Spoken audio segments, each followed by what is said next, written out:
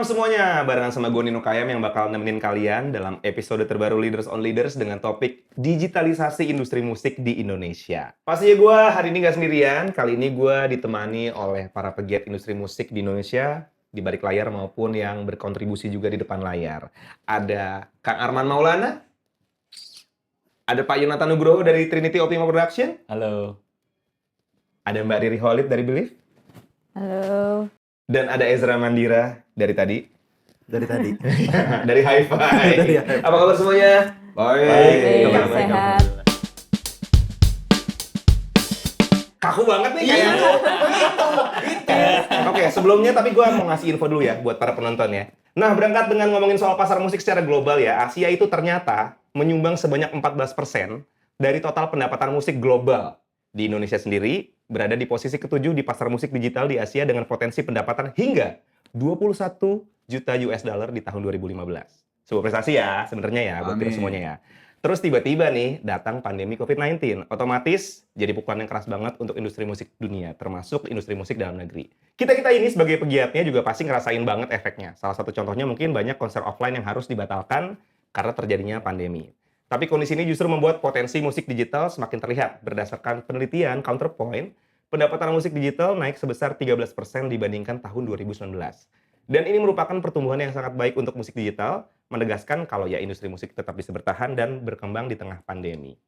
Kalau gue pribadi ya cukup setuju, karena kan ngelihat dari siklus atau alur perjalanan musik dari vinil ya, terus kemudian berubah jadi kaset, kemudian CD ya. Mungkin memang kita sudah harus siap untuk menerima perkembangan zaman yang baru ini. Tapi kan itu tanggapan gua gitu ya. Kalau tanggapan yang lain gimana? Nah, sekarang makanya gue pengen tanya langsung nih sama teman-teman yang ada di sini. Pertama gue pengen nanya dulu sama Pak Yoni, Pak. Ya. Dari label Trinity. Hubungan label rekaman dan musisi kan sebuah simbiosis yang membuat industri ini tumbuh nih. Gimana sih Pak perspektif dari label terhadap era digitalisasi industri musik di Indonesia ini? Apakah ini membuat rentan sebuah label atau sebaliknya? Gitu, Pak. Kalau saya melihat era digital ini dari dua sisi ya. Artinya ada opportunities dan juga ada challenge-nya. Kalau dari sisi opportunities tentunya dengan era digital ini membuat semuanya terlihat lebih mudah ya. Gimana saat misalnya artis bikin lagu menjangkau fansnya lebih mudah ya dengan dunia internet dan digitalisasi. Tapi itu juga menimbulkan challenge juga ya. Walaupun kalau kita lihat secara report dunia, baru dirilis beberapa hari yang lalu, global music revenue di 2021 itu adalah yang tertinggi dalam 22 tahun terakhir ya. Ternyata justru di era pandemi ya Pak ya? Iya gitu, karena industri musik tuh secara dunia mencapai puncak keemasan era physical itu tahun 1999. Itu global revenue-nya itu sekitar 24 miliar dolar seluruh dunia tuh. Itu masih terbaik sepanjang zaman? Sepanjang zaman. Okay. Nah, terus sejak 99 sampai 2012 itu turun. Dari 24 miliar dolar turun setiap tahun turun sampai titik terendahnya di 2015. Itu global music revenue-nya sekitar 15 miliar. Sorry, 2012 ya. 15 miliar. Nah, sejak itu dengan mulai digitalisasi mulai meningkat tuh. Oke. Dan kemarin titik tertingginya bahkan sudah melebihi pendapatan global di tahun 1999 gitu. Oh, jadi justru sekarang ini kita udah titik lebih tinggi lagi dibanding tahun 1999. Gitu. Nah, itu dari sisi opportunities. Jadi global dunia pun mendukung bahwa cara opportunities dengan era digital itu lebih baik. Tapi tantangannya juga nggak kalah. Boleh di-share mungkin Pak tantangannya apa sih Pak? Kalau kita sebagai label, itu jadi juga cukup challenge ya. Karena kalau zaman dulu kita hanya rilis lagu, medianya nggak gitu banyak. Sekarang dengan begitu banyaknya music platform, tentunya perhatian konsumernya juga pasti terpecah ya Pak ya? Dari sisi distribusi maupun dari sisi promosi. Kalau dulu hanya TV ya, hanya beberapa TV, radio dan segala macam. Sekarang TV dan radio tetap, tambah lagi dunia media digital. Media digital nggak cuma satu loh, ratusan sekarang. Jadi lebih. Kan atensi dari konsumen juga untuk mengkonsumsi berita, mencari sesuatu yang baru jadi lebih banyak. Jadi secara umum itu dunia digital ya ada plus ada minusnya juga. Tapi ya mau nggak mau kita harus hadapin ya gitu. Kalau dari segi mencari artis baru nih Pak, kan sekarang dengan majunya teknologi banyak banget orang dibilang bedroom artist, bedroom producer gitu. Katanya dari kamar bikin lagu, upload sendiri, langsung dapat fame gitu.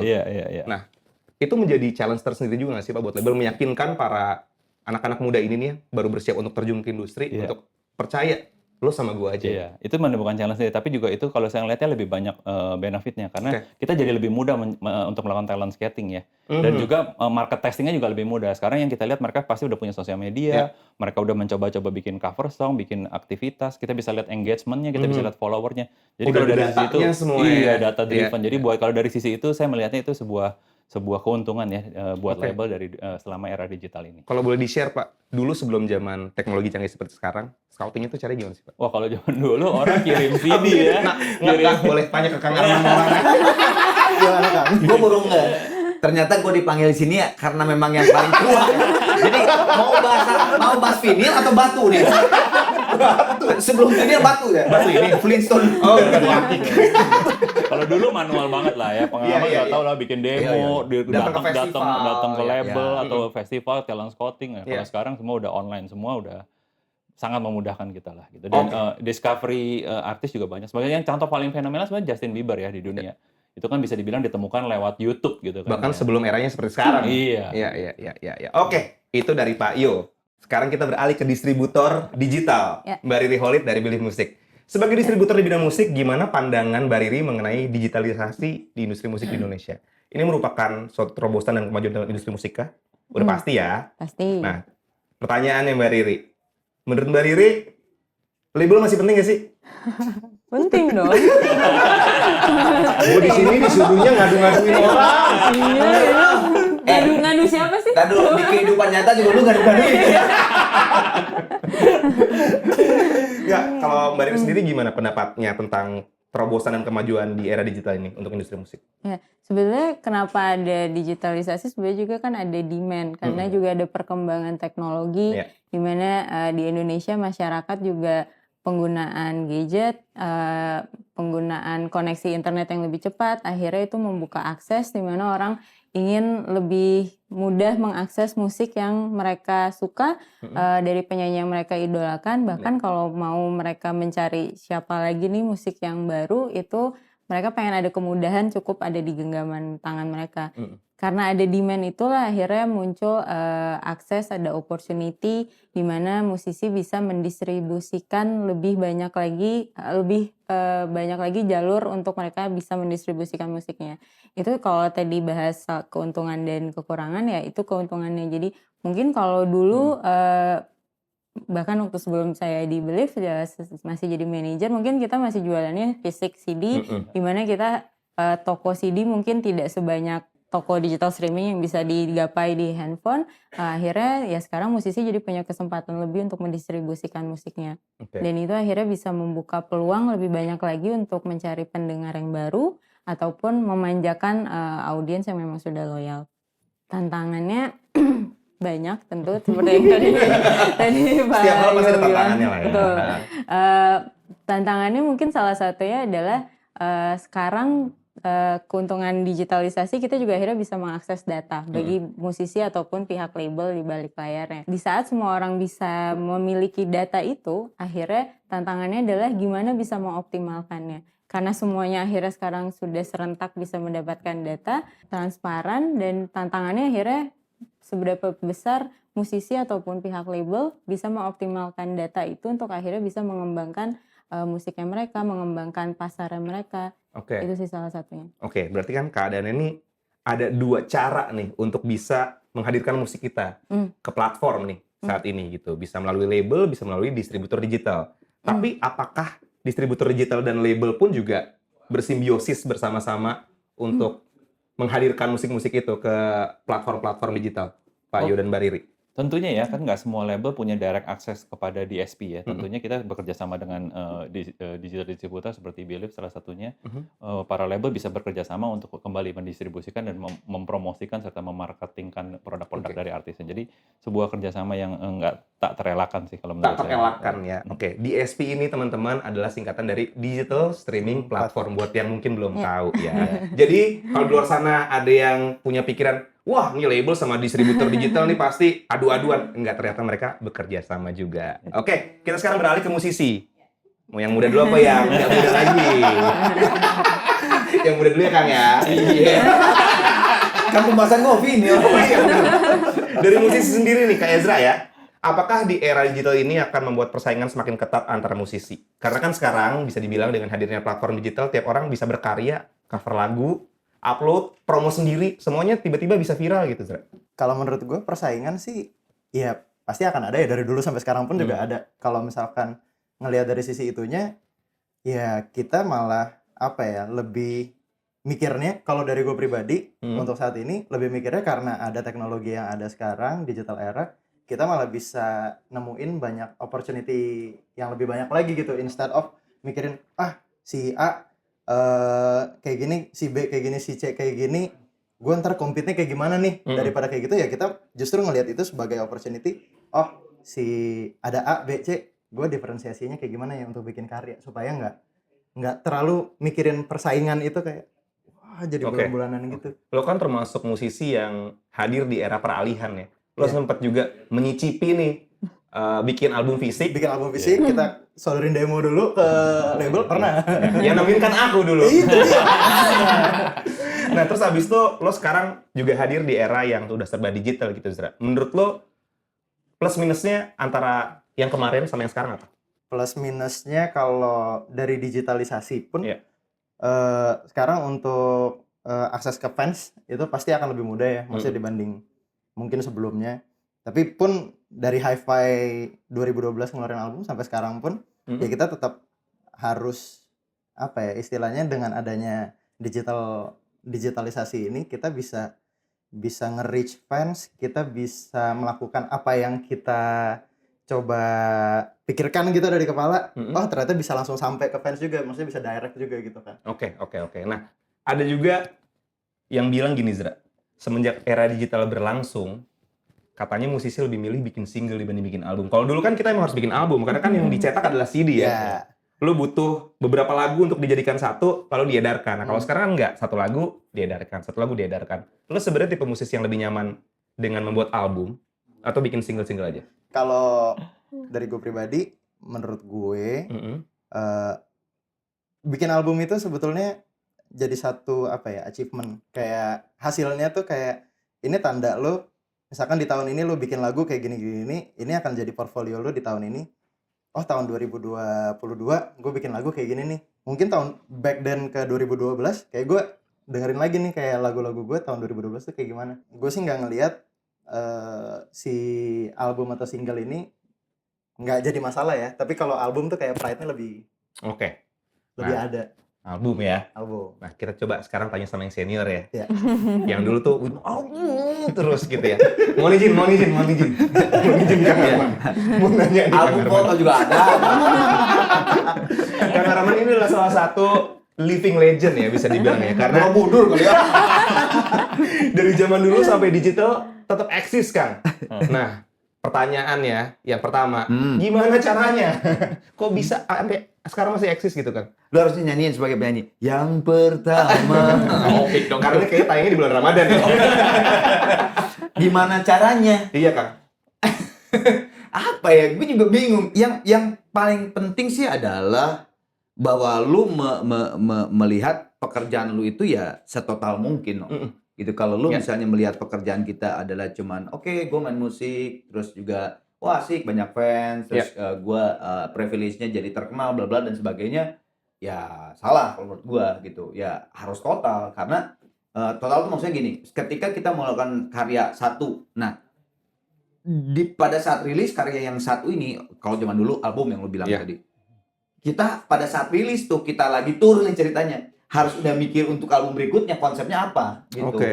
Itu yang biasanya miss dari si para artis atau musisi itu gitu, yang akhirnya mungkin karena terbuai karena privilege dan sebagainya. Apalagi kalau misalnya si album itu meledak ya, tour di mana-mana apa segala macam, itu tuh lupa tuh kadang-kadang pada esensi yang paling dasar adalah menciptakan karya yang karya satu pasti ada kelemahan kan. Harus diperbaikin kan di karya duanya. Oke, ini kelemahannya. Oke, gue berhasil walaupun gue mencetak jutaan kopi misalnya gitu. Tapi di sini ada kelemahan nih 1 2 3 ini. Nah, itu kadang-kadang miss tuh. Nah, kebetulan mungkin gue didukung dengan teman-teman di Gigi, terus sekarang juga ada soal album di Arana ya. Payo juga. Itu ya setelah mengeluarkan album rilis tuh gue langsung mikir yang step berikutnya gitu. Ngapain lagi nih? Terus bukan cerewet, apa sih, Cerewet sama gue kan. Yoi. Melihat kanan kiri update. Oh iya. Karena kalau kita nggak update, selesai sih. Biar tetap relevan. ya, Selesai kalau gue bilang sih selesai gitu. Kayak misalnya dulu zaman kaset promonya gimana, kan beda masuk ke CD. Iya. Nah apalagi sekarang digital. Ya tadi kan udah cerita teman-teman di sini gitu. Dulu jauh banget, beda banget. Terus kalau misalnya di digital tapi kita pola pikir kita masih promonya kayak kaset gitu, ya nggak jalan juga lah, Ya. nggak bisa. Tapi budaya untuk merilis single lepasan tuh dari zaman kaset dan CD tuh udah ada belum sih? Ada kalau di Ada bule ya? gitu. Kalau di bule gitu no. Kalau di ya Iya. mungkin karena modalnya gede. Serius. Gue dulu kalau dulu tuh sempet Iya. misalnya sebelum gue bisa keluar negeri nih ya, ada teman gue dari luar negeri, Iya. gue lihat di berita misalnya YouTube gitu ya, ngeluarin single deh. Ntar gue beliin. Jadi dia tuh bener-bener beliin gue Satu CD. bener-bener satu CD, satu single aja. Tapi kadang-kadang ada radio edit, ada apa edit Jadi lah ada gitu. beberapa track, tapi Satu sebenarnya isinya lagu sama gitu. semua ya. Tapi itu buat di bule dan artis-artis gede biasanya. Kebanyakan sih majority-nya mah ya album. Oke. Nah, Kang Arman kan berarti dari masa kaset ya pertama ya? Iya kaset lah. Dari masa kaset kan berarti untuk bisa masuk ke dalam sebuah label itu caranya bikin demo dulu, Iya, ya kan? susah.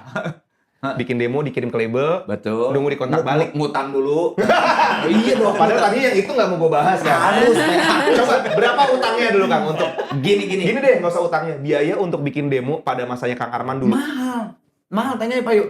Pita 2 inch itu dulu 1,5 juta ya deh. Lebih loh. Lebih 2 jutaan, 1,5 juta. Zaman 90 2 Iya, juta itu gede, kan gede gede, banget. Gede banget. Nah ya. dulu jadi gini, ngutangnya adalah kita mau bikin 3 lagu tuh, terus kita nggak punya duit kan. Kebetulan Bu Jana punya temen Fikar, Ya. Fikar itu dulu Gin Studio, itu ya yang kepala studionya lah. Ya. Sahabat dekat, Fik, kita mau bikin 3 lagu, utang dulu deh, ntar kalau udah tanda tangan label baru dibayar. Jadi ngutang dulu tuh. Ya. Nah, Pita, untungnya Ronald dulu punya Pita. Nah kalau nggak punya, nggak tahu tuh kayaknya kita ngegadain apa kali. Jadi mahal, sebetulnya mahal I banget. see. Tadi Pak Yo kan juga udah sempat bilang ya, sekarang tuh dengan era digitalisasi sebenarnya lebih mudah untuk scouting ya Pak tadi ya, salah satu benefitnya. Betul. Tapi sebenarnya artis-artis muda ini masih banyak juga nggak sih yang ngirim demo ke label Pak? Ada beberapa sih, nggak sebanyak dulu, tapi tetap masih ada sih. Gitu. Oke. Iya. Kirim demo tuh masih menjadi salah satu opsi lah ya? Iya. Oke, kalau Mbak Riri ada nggak musisi-musisi yang ngontak Mbak Riri terus kirim demo, ya Mbak dengerin dong, aku pengen banget nih. Karena kan di Believe juga ada Kit Labo ya, Iya. ASD ya, Artist Service Development gitu, di mana distributor digital juga melakukan sebuah investasi terhadap artis yang Ya. terpilih gitu. Ya sama sih sebetulnya jatuhnya ada 2 opsi. Biasanya ada yang memang mengontak kita langsung atau memang kita yang scouting Approach ya. dan kita yang approach juga gitu. Jadi variatif juga sih Mas. Oke, secara persentase banyakan yang mana Mbak Riri? Scouting kita. Kita yang scouting sekarang. Ada nggak satu atau dua yang emang mereka yang approach terus akhirnya desain sama? Ada juga. Boleh kasih contohnya nggak siapa? Gak usah Oh nggak boleh ya? Oke deh. Tapi emang ya sebenarnya kalau dilihat perubahan tuh banyak banget di industri musik Indonesia saat era digitalisasi ini ditambah saat pandemi COVID-19 yang melanda ya. Nah, gue sendiri sebagai musisi sekaligus pengamat musik, pengamat musik ya. Nah, kita semua kan di sini pasti mengamati musik. Iya, Betul betul. dong. Emang banyak banget tantangan yang harus dilewatin selama berkarya di era digitalisasi musik saat ini, apalagi mengingat seperti fakta yang tadi sudah kita obrolin bersama-sama. Orang tuh sekarang bikin lagu di kamar aja, Tuh. Iya. rekaman di kamar aja, bikin video musiknya di kamar aja, Show pun di kamar aja. loh. Show Kemarin pun di kamar kemarin aja. coba dong. Iya. Waktu pandemi kan show aja di sempat di aja. kamar aja, dan itu bisa mendatangkan atensi Betul. juga gitu dari semua orang ya kan. Nah pasti dari semua bidang itu punya struggle masing-masing lah ya dalam menghadapi era digitalisasi musik ini. Mungkin Ezra, lo sebagai produser musik juga nih, ya kan? Kita. Iya kan, ini lagi ngomongin. Oh iya gue, iya. Punya tantangan juga dalam memproduksi karya musik di era digital. Ditambah sekarang ada platform seperti TikTok yang sebenarnya sangat berpengaruh dalam bidang promosi karya musik yang lo buat. Lo termasuk musisi yang menggunakan platform tersebut untuk berpromosi gak? TikTok, ya ada apa ya? Trikinya, Ya. trikinya punya tipe konten yang kira-kira cocok nih. Tapi sebenarnya nggak semua lagu bisa juga cocok di TikTok. Yes. gitu. Jadi Nah itu emang yang kita pengen gue tanya tuh Zra. Heeh. Gue sebagai sesama produser musik, terkadang kedapatan klien yang bikinin gue lagu yang TikTok friendly dong katanya gitu.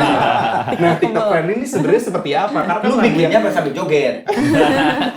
nggak, lagu yang viral di TikTok itu kan nggak cuma satu macam. Betul. Iya, Ada betul. banyak yang Ada TikTok banyak. friendly seperti apa kan kita juga belum bisa mendeskripsikan gitu. Lo pernah kedapatan klien seperti itu juga nggak? Alhamdulillah belum. Atau lo sedikit banyak sebenarnya terinfluence nggak dengan adanya itu. Kayak bikin lagu mungkin dulu kan kita kalau denger lagu pasti durasinya at least 3,5 sampai 4,5 menit gitu ya. Sekarang lagu-lagu, terutama lagu-lagu luar ya, itu banyak yang cuma 2 menit, Iya, 2 menit setengah kayak gitu. Lu termasuk sudah berpikir ke arah sana nggak? Mungkin apakah consumer musik di Indonesia saat ini juga pengennya denger lagu yang cepet-cepet aja, yang baru napas langsung ref. Tapi sebenarnya itu strategi bisnis kalau menurut saya. Nah, gimana tuh Pak? Kalau menurut saya, karena kalau zaman dulu kan nggak dihitung per stream. Jadi dengerin lagu ya udah gitu. Kalau sekarang kan dihitungnya stream. Jadi semakin lagunya pendek, Semakin cepat juga berputar streams ya. orang pengen dengerin berulang-ulang kan. Iya. Jadi menimbulkan traffic sebenarnya gitu. Kalau menurut aku. Udah dipikirin lah ya. Udah dipikirin. Psikologisnya Itu segala. secara bisnis dan seperti juga itu. dan juga itu dari sisi pendengar ya. Iya. Kalau dari sisi di luar negeri itu kan radio kan masih punya pengaruh yang sangat besar. Iya. Jadi setiap kali lagu itu diputar di radio, kalau durasi makin pendek, si radionya dalam 1 jam bisa memutar lagu lebih banyak. I see. Jadi radio juga lebih menginginkan lagu-lagu yang pendek. Iya, saat ini. iya. Memang makanya ada radio edit itu ya, Kang Betul. ya. Kalau di luar negeri tuh lagu yang Gitu, kepanjangan tuh radio memang sengaja diedit karena kalau Diedit. kepanjangan pasti akan dipotong juga Betul, tuh penyiarnya di gitu. atas. Kecuali jam 12 malam. Nah, gak ada ngomong, panjang. Terus direkam pakai kaset. Kasihin di cewek dong, kalau zaman dulu gitu. Gigi punya lagu atau Kang Arman punya lagu dengan durasi paling pendek berapa menit? Oh, kebanyakan 3,5 lah. Pengen 3,5 ya. 3,5. 3 juga jarang ya, kayaknya 3,5 lah dulu. Karena dulu tuh ini banget ya, di label tuh terkenal banget dengan udah 3,5 menit aja pas tuh buat radio sama video klip. Iya. Udah gitu. Pokoknya banget. kalau rekaman pas di selesai rekaman coba dihitung-hitung, dipotong-potong yang lain 3,5 menit. Alhamdulillah. Gitu. Ya paling gitu, ada radio, Radio edit. friendly ya. Iya, kalau nggak radio edit. Iya, gitu. iya, Jadi khusus iya, radio iya. beda. Oke. Mbak Riri, mungkin Mbak Riri sekarang sama Kang Arman deh ya. Oke. Tantangan yang dirasakan tuh sebenarnya buat Kang Arman dulu deh. Pas udah beralih nih, kan Kang Arman beda nih kalau Ezra peralihan. Ya. Satu doang peralihan ya. Ya. Kang Arman Beralih-alih. Beralih-alih. Iya. Dari kaset ke CD ke digital gitu. Tantangan yang paling Kang Arman rasakan saat ini nih masuk ke era digital tuh sebenarnya apa Kang? Sebagai musisi Kang? Susah sih ya. Maksudnya gini. Sekarang itu kan benar yang tadi Riri bilang bahwa semua ada di genggaman gitu ya. Nah, oke, data sekarang udah bisa Diakses. Diakses. semuanya terakses gitu ya. Tapi kan tetap aja mau data udah terakses, tetap aja balik lagi kalau buat gue ya. Kalau buat gue lihat dari perjalanan dulu gitu sampai sekarang itu tetap aja rahasianya itu di lagu kalau menurut gue. Kalau lagu enak, Setuju. lu mau 5 jam, mau 2,5 menit, mau TikTok, mau apa, itu tetap aja Ya. akan dengan sendirinya tuh muncul gitu maksud gue gitu. Nah susahnya adalah itulah adrenalin di musik. Dari dulu memang harus mencari lagu yang enak, idealis kita, tapi bisa diterima sama orang gitu. Ya. Nah apalagi sekarang dengan era digital ini, tren itu sudah tidak ada kalau menurut gue. Kalau dulu kan ada tren ska gitu kan, tiba-tiba EDM, tiba-tiba rock gitu lah, atau jazz gitu ya. Kalau sekarang udah bebas. Udah nggak mungkin. Kayak buat gue udah nggak mungkin karena semuanya di genggaman tangan, semuanya masing-masing. Pak Yo dengar apa, gue dengar apa, lu dengar apa, semuanya beda-beda gitu. Jadi Tergantung tren demand tidak- yang Nah, lagi mendengarkan ya. jadi memang kalau menurut gue sangat sulit, tapi ya itulah adrenalin kita yang harus tetap kita gali dan terus kita kejar. Kalau menurut gue sih gitu. Sulit kalau menurut gue sulit. Dulu sulitnya masuk ke label. Karena misalnya satu nggak punya kenalan, terus kalau misalnya nyodorin siapa lo gitu ya. Nyari ordal ya. Walaupun masuk bagus pun bisa ditolak gitu. Bukan ditolak mungkin ya, belum tentu didengar. Belum tentu didengar gitu. Nah, dulu kan gitu, tapi pada saat udah masuk label ya pasti akan dipromokan dengan hebat lah gitu ya. Nah, sekarang begitu gampangnya justru jadi sulit. Tiap detik berapa demo gitu, tiap detik berapa karya baru. Iya. Jadi sulit gitu kita untuk mengeluarkan sebuah karya. Bagaimana caranya di dalam 1000 karya kita kelihatan satu, oh itu keren tuh. Nah, itu bagaimana cara? Ya pasti dengan sebuah strategi lah. Oke. Gitu. Kalau dari point of view distributor digital sendiri Mbak Riri, sebenarnya yang ditawarkan sama Mbak Riri untuk para musisi ini masuk ke jasa distributor digital, maksudnya menggunakan jasa distributor digital itu sebenarnya apa sih Mbak benefit yang paling utama ditawarkan ke mereka? Kenapa harus milih distributor digital?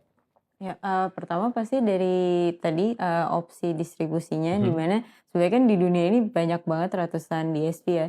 Mau itu skalanya udah internasional ataupun ada yang skala lokal di berbagai macam negara. Ya. Nomor satu pasti itu dan Nomor 2 kalau dari sisi saya yang sekarang dijalanin tuh lebih ke strategi marketing promosinya. Ya. Bener kata Kang Arman, musik paling penting, tapi setelah itu next-nya adalah PR terbesarnya itu bagian pemasaran dan promosinya. Bagaimana sekarang kita harus bersinar di antara hutan rimba yang rilisan, karena satu hari bisa ratusan ribu rilisan muncul gitu.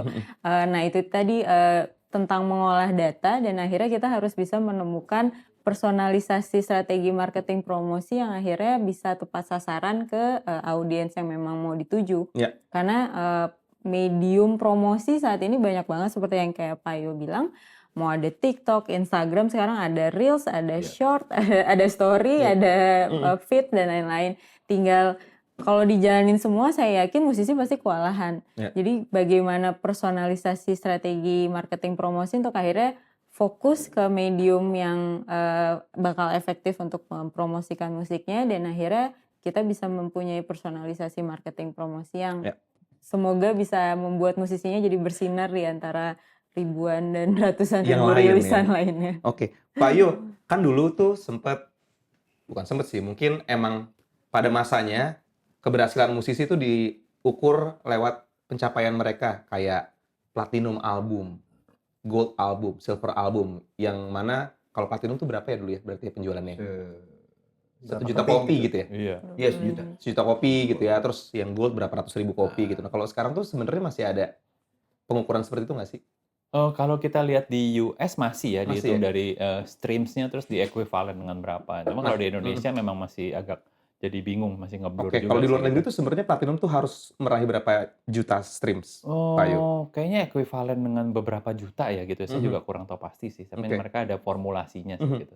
Jadi Oke. masih kalau di luar negeri masih sih. Kalau di sini belum terdengar ya? Belum terdengar di Oke, sini baik, gitu. Walaupun ada guidance, tapi maksudnya belum secara umum diterima secara universal di Indonesia, belum sih. Oke, walaupun tadi Pak Yo juga sempat bilang bahwa pasti ada tantangan dan juga ada keuntungannya nih. Tapi untuk Pak Yo sendiri sebagai label yang merasakan peralihan, ini kan kamu kemarin ini kan hadirnya memang di era digitalisasi ya. Iya. Pak Yo yang merasakan masa peralihan di industri musik ini sebenarnya walaupun ada tantangan dan ada keuntungannya, Pak Yo tuh lebih nyaman berada di industri yang kemarin atau ada di industri sekarang? Buat Pak Yo sendiri ya, pribadi nih. Kalau saya gimana pun juga di industri yang sekarang ya gitu. Baik. Karena buat saya dunia digital ini ya something yang harus di-crack ya. Artinya opportunity-nya besar tapi juga tantangan besar. Tapi ya gimana di mana-mana selalu ya namanya mau big opportunity, there is always a challenge. Jadi ya let's face it aja. Oke, salah satu cara promosi yang terpaksa terjadi awalnya ya di era digitalisasi ketemu sama pandemi itu adalah konser online. Tapi sebenarnya ada keribetan apa sih di balik terjadinya konser online itu? Mungkin dari Pak Yo sama Mbak Riri lagi nih. Oke. Ada nggak? Kenapa Mbak Riri? Gue pikir jawaban musisi. Nah, musisi kan manggungnya nih. Nanti belakangan. Ya. Kalau keribetan yang terjadi di balik konser online itu sebenarnya apa sih? Karena kan katanya kalau konser offline ya udah kita tinggal datang nyanyi jreng gitu ya. Kalau konser online itu kan lagunya harus didaftarkan dulu, habis itu harus ada clearance dari pencipta lagunya untuk VOD atau untuk live streaming gitu. Nah, sebenarnya ada keribetan-keribetan tertentu nggak sih Pak yang harus jadi dilakukan? Kalau kelibetan tadi seperti yang disampaikan tentunya pasti secara legalnya ya harus ada clearance dari publishing. Ya. Kalau dari sisi penyelenggaraan sebenarnya nggak terlalu ribet ya gitu. Cuman kalau menurut saya konser online ini nggak sustain kalau menurut saya gitu ya. Oke. Menurut saya justru lebih banyak ruginya kalau melakukan terlalu banyak konser online. Karena kalau zaman dulu misalnya Kang Arman atau Ezra. Ezra manggung sama Nino Ran juga manggung. Seminggu bisa 2-3 kali kan di berbagai macam venue, di berbagai macam kota. Kalau coba bayangin konser online, virtual sebulan sekali aja udah dimarahin orang. Baru bulan lalu konser, sekarang konser lagi gitu kan. Dan dengan setlist yang sama lagi Dengan biasanya. yang sama. Jadi menurut saya Dan pemandangannya sama juga Pak, ijo. makanya Screen. kalau di luar negeri kita lihat BTS juga berapa tahun sekali dia baru bikin konser online Iya, ya kan. Di biasa kan masing-masing artis nggak bisa lebih dari setahun sekali paling bikin konser online gitu. Sehingga kalau di Indonesia menurut saya nggak kurang begitu kondusif sih ya. Gitu. Ditambah lagi nih perilaku konsumen Indonesia maunya gratis kan. Udah tahu musisinya lagi susah, lagi pandemi, bikin konser online jarang, disuruh bayar nggak mau juga, maunya gratis juga. Nah, kan jadi bingung juga nih, apakah konser online itu menjadi sebuah terobosan? Ya waktu awal-awal pandemi semua orang bikin konser online, tapi setelah itu ya 6 bulan berlalu udah mulai udah bosen jenuh. berkurang juga gitu. Oke, diharapkan itu menjadi satu opsi baru aja Iya, ya. sebagai Untuk opsi baru. menghadirkan Iya. aksi panggung lewat Betul, layar gitu iya. ya. Jadi arahnya mungkin lebih ke hybrid ya jadinya ke depannya. Ada konser di mana, ada offline-nya tentunya, terus disiarkan juga secara online. Oke. Gitu. Nah, Mbak Riri, tapi bener ya, konser online ini sebenarnya dibalik semua yang sudah diceritakan tadi, menyadarkan banget untuk para pecinta musik juga, dan juga penggiat musik, tentang adanya royalti.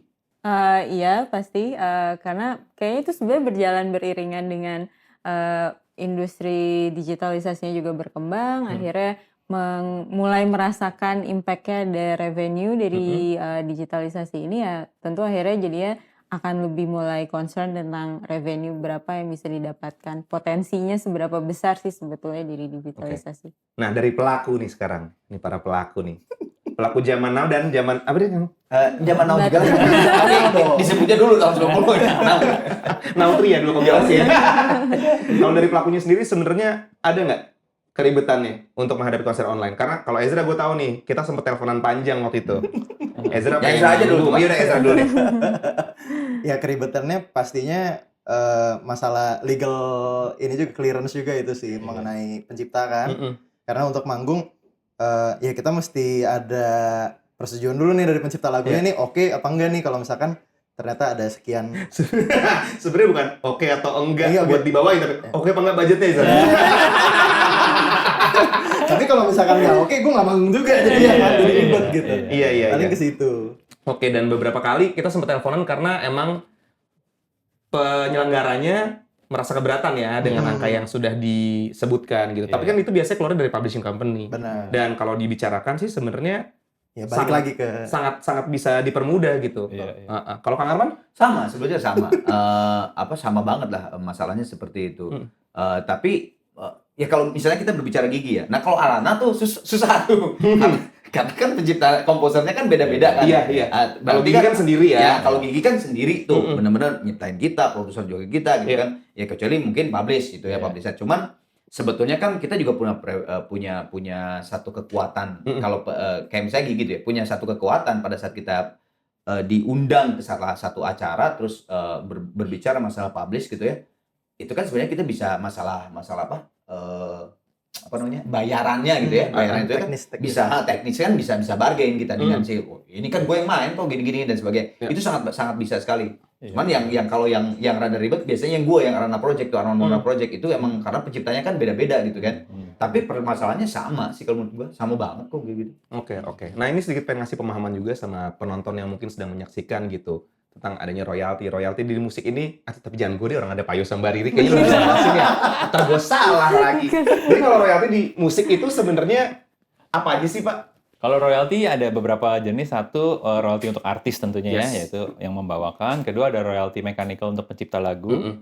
Terus ada lagi royalty synchronization, yaitu pada saat lagu itu ditempelkan dengan gambar ya. Nah, itu yang biasa terjadi, yang Ya. tadi bikin pada ribet ya. Ya, itu gambar bisa video klip, gambar bisa konser virtual, gambar bisa yang lain-lain. Jadi itu ada sinkronisasi. Yang terakhir adalah performing rights, di mana royalty performing rights apabila lagu-lagu para musisi ini diputar di public spaces ya, seperti mall, seperti Karaoke. hotel, karaoke, restoran. Nah, itu ada lembaga yang tujuannya mengkolek dan mendistribusikan ke para musisi. Nah, ya tuh buat teman-teman semuanya yang mungkin pengen banget jadi musisi juga, nonton ini kebetulan, mungkin bisa juga cari-cari tahu ya supaya lebih tahu medannya aja nanti ketika main musik tuh bukan cuma sekedar main musik aja, kita juga harus melek hal-hal yang lain seperti itu. Sekarang buat Ezra sama Kang Arman. Kan kalau di luar negeri ini ada yang namanya Grammy Awards ya. Itu kan bisa dibilang adalah puncak tertinggi penghargaan musik dunia gitu. Kalau di Indonesia mungkin ada AMI Awards. Pengen nanya nih sama Ezra sama Kang Arman. Sekarang tuh untuk seorang musisi mendapatkan penghargaan di ajang penghargaan musik tuh masih punya value yang sama nggak sih?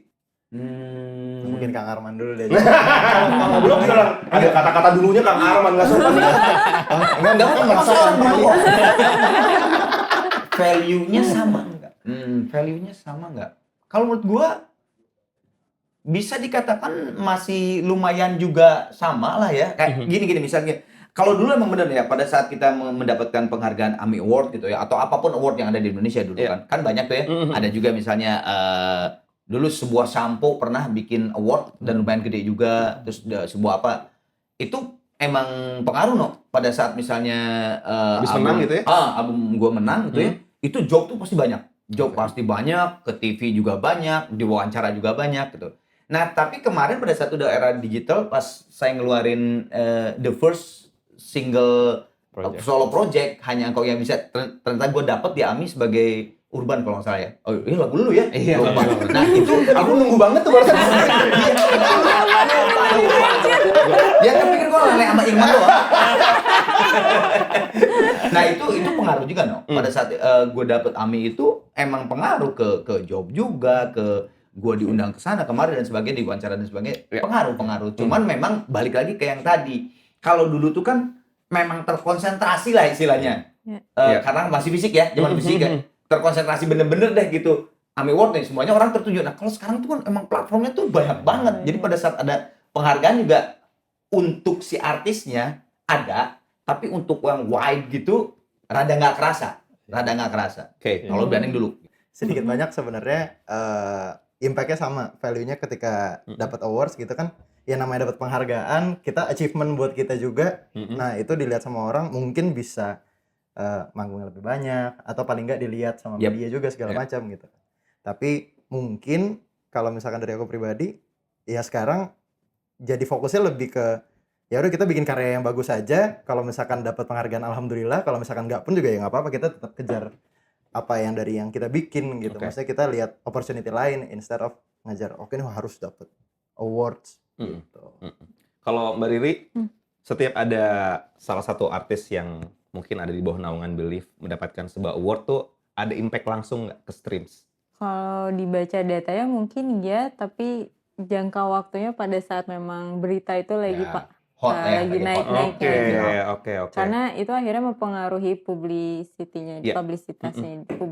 Ada narasi dia. baru ya jadinya ya dari artis di, tersebut di ya. media jadi banyak terangkat. Akhirnya mungkin orang jadinya pas baca berita, oh lagu mana sih nih yang menang? Gue dengerin deh gitu. Mungkin itu ada sedikit banyak dampaknya, tapi kalau diukur berapa lamanya mungkin memang kecenderungannya lebih nggak lama dari saat momentum itu aja. Makanya abis itu selesai harus dapat award lagi ya Mbak Riri.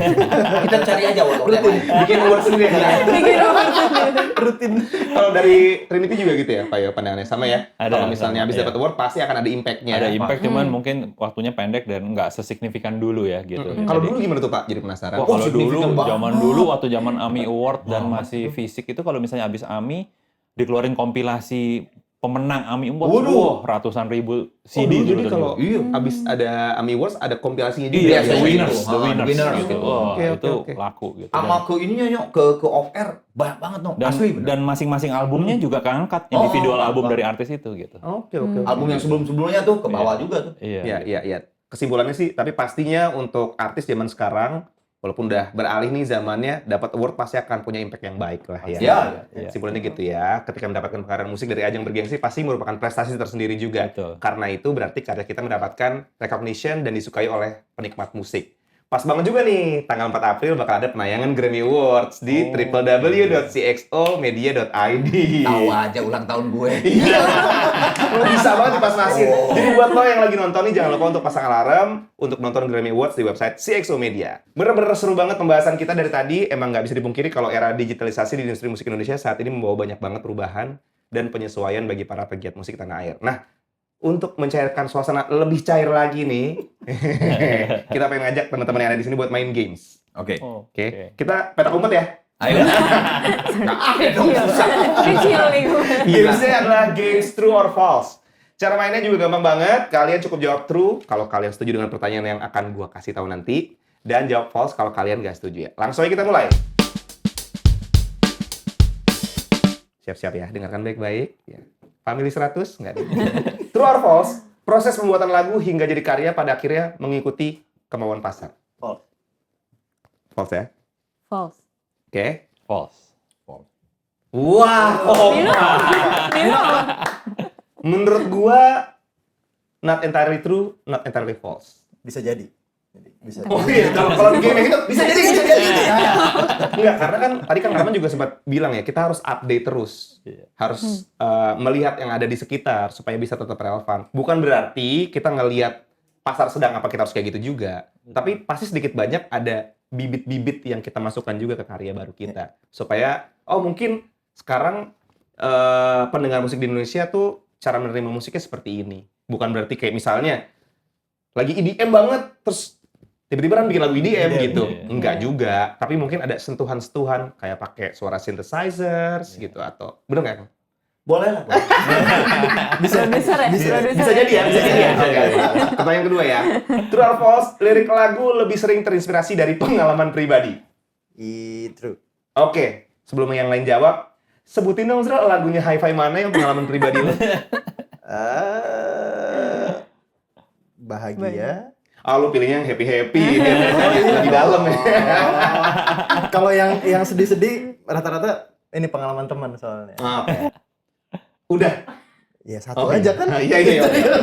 Mbak Riri, setuju nggak? Kan dulu juga sempat memanajeri seorang penyanyi yang pencipta lagu juga. Apakah benar lirik lagu lebih sering terinspirasi dari pengalaman pribadi? Lebih sering ya? True kayaknya. True ya? Jadi pengalaman pribadi, boleh kita bedah? Nggak boleh ya? Maksudnya pengalaman pribadi sebenarnya kan pengalaman pribadi dia melihat orang lain tuh juga sebenarnya pengalaman Iya, pribadi. pengalaman dia melihat orang lain. Curang ya. Pengalaman pribadi yang dia dengar. Pengalaman pribadi. Ada nggak pengalaman dia barengan sama lo yang dijadikan lagu? Ih, nggak tahu. Nggak tahu ya? Orangnya nggak pernah cerita ya? bahas. Oke, baiklah. Pak Yo, Very gimana? true, very true. Very true ya? Very true. Kenapa bisa ngomong very true, Pak? Karena lagu is about relatability ya. Hmm. Jadi kalau memang itu berdasarkan pengalaman, berarti kan mewakili perasaan seseorang. Ya. Artinya ada orang lain juga yang perasaannya diwakili. Dan kalau apabila banyak sekali perasaan yang terwakili, lagunya akan disukai dan itu akan menjadi hits. Oke, di labelnya Pak Yo, kurasinya label sejauh mana untuk menentukan lagu ini layak rilis atau enggak? Oh, kita kencang kalau itu. Kencang ya? Kencang. Oke, Gitu. dan Pak Yo turun tangan sendiri tuh, Iya. mendengarkan. Jadi kalau misalnya Pak Yo nggak suka lagunya, nggak dulu gitu. Ya ada tim juga, Ada tim. tapi ya salah satu bagian dari tim saya ikut terlibat lah. Oke, berarti kalau misalnya nggak jadi keluar, ini bukan pengalaman pribadi lo nih, gitu. Gitu ya, Pak? Kang Arman, True lah. 11 Januari ya. 11 Januari. Terus kalau lu tanya yang jelek dong gitu ya. Dulu gue pernah bikin lirik judulnya Munafik. Karena emang saat itu juga, jadi pada saat kebetulan Gigi lagi bikin album, terus gue mau, gue butuh jawaban lah gitu dari seseorang yang ada hubungannya dengan si project ini juga, Iya. temen gitu. Ternyata jawabannya kaget lah gue, kaget gitu. Ya akhirnya gue langsung tubahin jadi Munafik Oh. gitu. Hmm. Temen gue gitu langsung, Iya. wah munafik banget nih orang, gue bilang gitu. Ya, bikin lagu. emang pengalaman pribadi sih kebanyakan sih. Oke. Sama ya satu lagi ya melihat pengalaman Iya. orang Iya. atau temen. Coba lagunya Gigi atau lagunya Kang Arman mana yang ngelihat pengalaman orang terus jadiin lagu? Eh, Nyanyiin dong. atau mendengarkan pengalaman orang dijadiin Oh, dicurhatin gitu main ya? Facebook. Soalnya Itu- Kang Arman, Bukan, Nggak main itu Facebook. pengalamannya Hendy, asli itu. oh iya. Man, gua ada gini nih. Ya udah apa gitu. Ya udah, itu asli benar-benar kejadian. Oh, pengalamannya emang lewat Facebook beneran nih? Betul, benar-benar pada saat era Facebook pertama kali keluar di dunia, Mm-mm. ada kejadian itu. Hendy cerita ke gua, bikinin dong Man, dia yang minta. Ya udah gua bikin, ya itu. Untung keluarnya tahun segitu ya Kang ya? Yoi. Kalau belakangan dikit, My Tinder jangan. Nggak enak, nggak enak banget. Oke, lanjut pertanyaan berikutnya. True or false, looks atau penampilan talent mempengaruhi kesuksesan karya lagu yang dibuat? False. Oke. Belum tentu penampilan itu bisa mempengaruhi iya, cuman bukan berarti pasti Bikin sukses karyanya atau sukses enggak. atau enggak Iya. gitu ya? Tergantung image-nya juga kan, brandingnya seperti apa juga dari artisnya. Baik, Mbak Riri? Mempengaruhi sih menurut gua, tapi bukan dalam konteks harus beauty standard, harus apa ya, tapi menurut gua Cocok atau enggak ya? iya, musisi itu tetap dia sebagai performer dia harus menampilkan versi terbaiknya untuk orang yang menonton, orang yang mendengarkan, tapi tidak harus mengikuti beauty standard. Jadi tetap sesuai karakternya, tetap sesuai dengan personality-nya Dan dia mungkin bisa gitu. merepresentasikan karyanya juga ya? Dan merepresentasikan Jadi, karyanya. Kan sebenarnya balik lagi, walaupun ini musik, tapi kan semuanya audiovisual ya. Ketika Iya, orang nonton, audiovisual. mendengarkan, dan melihatnya tuh selaras atau enggak gitu ya? Betul. Oke. Pak Yo, True. sama persis sama Mbak Riri ya? Ya karena tadi kembali relatability ya. Oke, harus relatable antara penyanyinya, lagunya, audiensnya gitu, penampilannya gitu. Oke. Kang Arman. Kalau straight langsung karya ya, apakah kalau misalnya yang bawain cakep terus karyanya bisa langsung enggak terlalu. Betul. Tetap balik lagi karena ini kita musik ya Betul. adalah musik gitu intinya Betul, tuh gitu. betul. Tapi betul banget bahwa tongkrongan itu benar-benar sangat berpengaruh karena sifat dasar manusia itu memang senang melihat keindahan gitu kan. Iya. Tapi keindahan ini kan tidak harus bahwa si harus cantik atau harus cakep, tidak. Iya. Setiap sisi segmentasi kehidupan kan punya. Misalnya kita berbicara kakak gitu, kakak slang gitu ya kalau menurut gua gitu. Kita bicara apakah kakak kayak ganteng kayak peragawan? Tidak, tapi untuk di jalurnya slang itu sangat menjadi Idola. ikon banget Ya. untuk masanya gitu maksud Ya. gua. Gitu. Jadi itu sangat berpengaruh. Oke. Sangat berpengaruh. Kayak contohnya dulu Kang Arman gondrong, sekarang rambutnya pendek. Ya itu kan karena gue berjalan sekian puluh tahun gitu kan. Jadi kan Capek juga ya, Capek juga. jalan puluh tahun ya. Bu. Capek. Ambil kutu-kutu loh masalahnya. Gimana kan tadi kan Ya udah maksudnya 10 tahun. ya itu update, balik Ya. lagi ke update gitu. Karena gue lihat kayaknya kalau gue gondrong sekarang dengan bawa karya yang seperti ini, enggak deh, kayaknya kurang cocok. Coba gue itu terus update sih, terus Sama update. perawatannya mahal ya kan. Sama Jakarta panas. Oke, satu lagi terakhir ya. True or false, sekarang setiap lagu bakalan ada versi koplonya.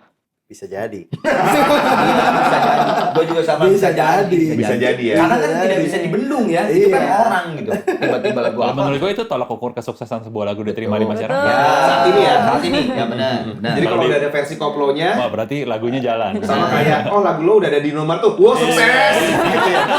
Kan kalau dulu katanya lagu lo dibawain sama pengamen sukses. Pengamen sama anak kecil. Ya, Dulu kecil. tuh. Jadi anak kecil nyanyiin, sukses nih gitu. Dulu ya. Berarti ntar besok kalau gue rilis lagu baru, saudara-saudara gue yang bocah-bocah, Bocah-bocah. gue suruh dengerin, ternyata kamu sekolah nyanyi-nyanyi gitu ya. Sukses nih lagu nih gitu. Mbak Rin juga setuju ya tadi ya? Ya, Bisa jadi ya? jadi. Bisa jadi. Oke, baiklah kalau begitu. Terima kasih Ezra, Mbak Riri, Kang Arman, Pak Ayo. Nggak kerasa banget obrolan yang seru ini harus berakhir.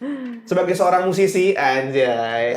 Gue ngerasa dapat banyak banget insight dari pembicaraan gue hari ini bareng sama narasumber-narasumber hari ini. Tentunya gue berharap industri musik di Indonesia ke depannya bisa semakin bergerak ke arah yang lebih baik. Dan menciptakan banyak inovasi terbaru di bidang musik, terutama di era digitalisasi ini.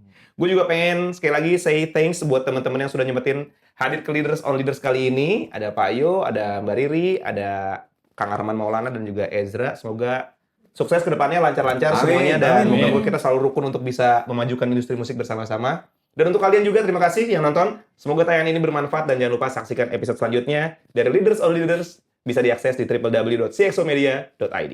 Sampai jumpa.